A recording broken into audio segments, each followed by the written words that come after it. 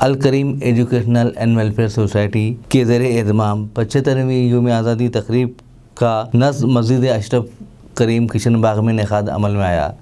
जिसमें मेहमान खुसूसी की हैसियत से मोहतरमा आबिदा सुल्ताना सुलेमान नगर कॉरपोरेटर ने शिरकत की और रस्म परचम कुशाई अंजाम दी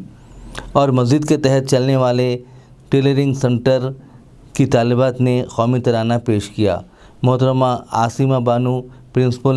प्रिंसिपल भी मौजूद थी।